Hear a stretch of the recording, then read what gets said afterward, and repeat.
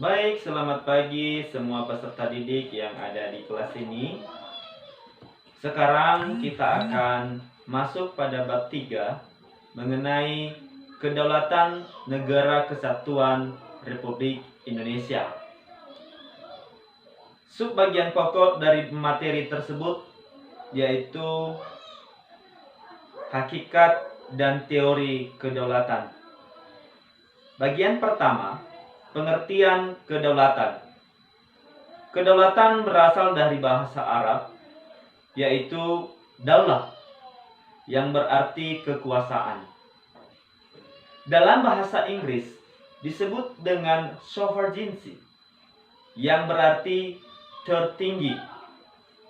Dapat disimpulkan bahwa kedaulatan adalah suatu keadaan yang menyangkut kekuasaan tertinggi. Kedaulatan berkaitan dengan kekuasaan negara, sehingga didefinisikan sebagai kekuasaan tertinggi dalam suatu negara.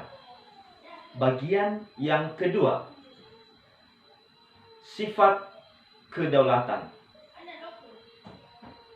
Ada beberapa sifat kedaulatan yang ada di negara kita, Indonesia. Itu yang pertama adalah permanen. Artinya, kedaulatan akan tetap ada selama suatu negara masih berdiri. Yang kedua adalah asli. Artinya, kedaulatan itu murni tidak berasal dari kekuasaan yang lebih tinggi. Yang ketiga itu adalah bulat. Artinya, kedaulatan merupakan satu-satunya kekuasaan tertinggi dalam suatu negara dan tidak dapat dibagi-bagi. Yang keempat, yaitu tidak terbatas. Artinya, kedaulatan sebagai kekuasaan tertinggi tidak ada yang membatasinya.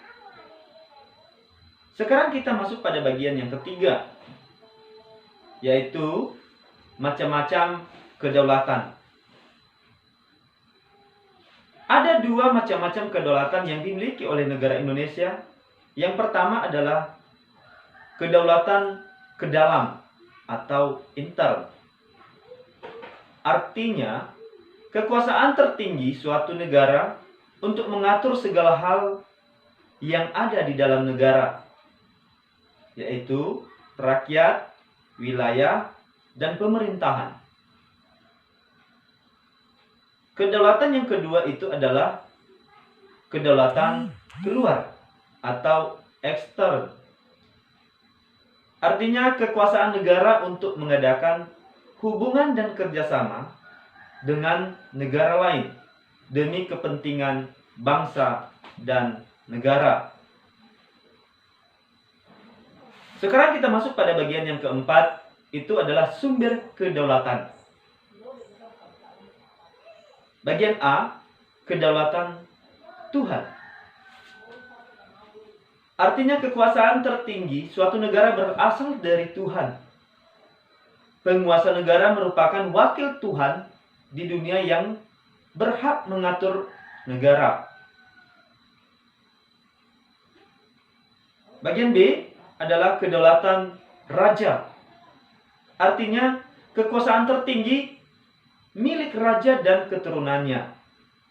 Segala ucapan raja dan perbuatan raja menjadi hukum negara.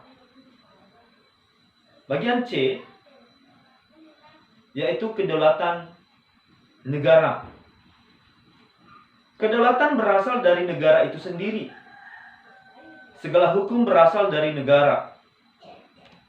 Yang berikut adalah kedaulatan hukum. Artinya, kekuasaan tertinggi negara berasal dari hukum. Hukum mengatur segalanya. Bagian yang terakhir itu adalah kedaulatan rakyat. Kekuasaan tertinggi berasal dari rakyat. Rakyat sebagai pemegang kedaulatan tertinggi melimpahkan kewenangan kepada wakil rakyat yang dipilih oleh rakyat melalui pemilihan umum. Demikian saja untuk pelajaran kita untuk hari ini, khusus bagian A tentang hakikat dan teori kedaulatan, dan bagian seterusnya nanti kita akan teruskan di minggu yang akan datang. Terima kasih.